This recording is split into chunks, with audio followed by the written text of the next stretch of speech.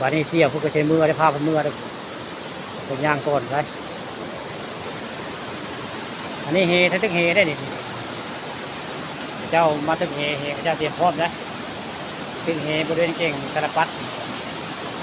ตอนนี้ก็อาภาพเก่งกระปัดแล้วก็เก่งก็เคนมาให้เบิ่งมาชมเลยตอนนี้ก็ที่เมื่อยละมันจักกับมาที่เที่ยงได้พี่น้อง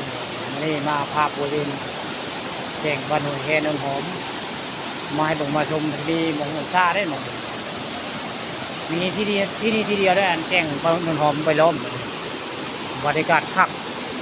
เราจะมาเที่ยวกันมาได้พี่น้องนี่คือบันไดทางขึ้นเลย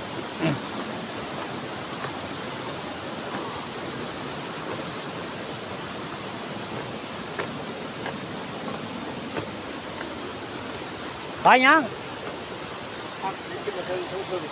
ไป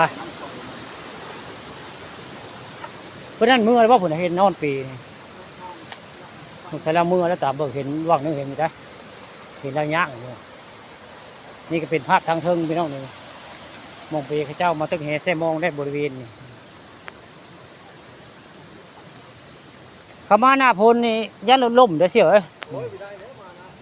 มันเป็นน้ำในอ่างล่างในมงนี่อันแล้วก็มาเลยยนเขาแซงโอ้ง่ายแซงเดียวบ่ได้ทางมันจำกัดได้นี่แหละคือบริเวณเก่งบะโฮแค่มงจะรถจะเรือพี่น้องนี่ใครอยากมาเที่ยวก็มาได้ฝั่งทางบ้านนนหอมได้มงนี่เป็นทางมาได้มันนี่พาเที่ยวมาเที่ยวแก่งบะโฮแค่นนหอมบึงแล้วก็บรรยากาศก็มองนี่มีหบเงาได้เราเชียวเนาะมีหบเงาเศร้าครบได้เป็นครั้งแรกเลยเคยมาอยู่บงนี่เชียวเคยมาอยู่ครั้งแรกประมาณ30-40 ปีหลังบ่สมัยนั้นมาสมัยยังบ้าบ่มาสมัยยังบ้าลงห้วยทางห้วยแคนพุ่นมีมาเพราะห้วยแคนมันเกินกว่านี้โอแคนใกล้กว่านี้ทีมาครั้งนี้มีหบเศร้าเนาะเชียวเนาะหบเศร้าลมเย็นดีโอกาสหน้ายังมาใหม่เนาะโอกาสหน้ามาใหม่มาได้ก็ขอกล่าวครับว่าสวัสดีแฟนเพจทุกท่านที่เข้าชมช่องปลาทองคำมาชมขอกล่าวครับว่าสวัสดี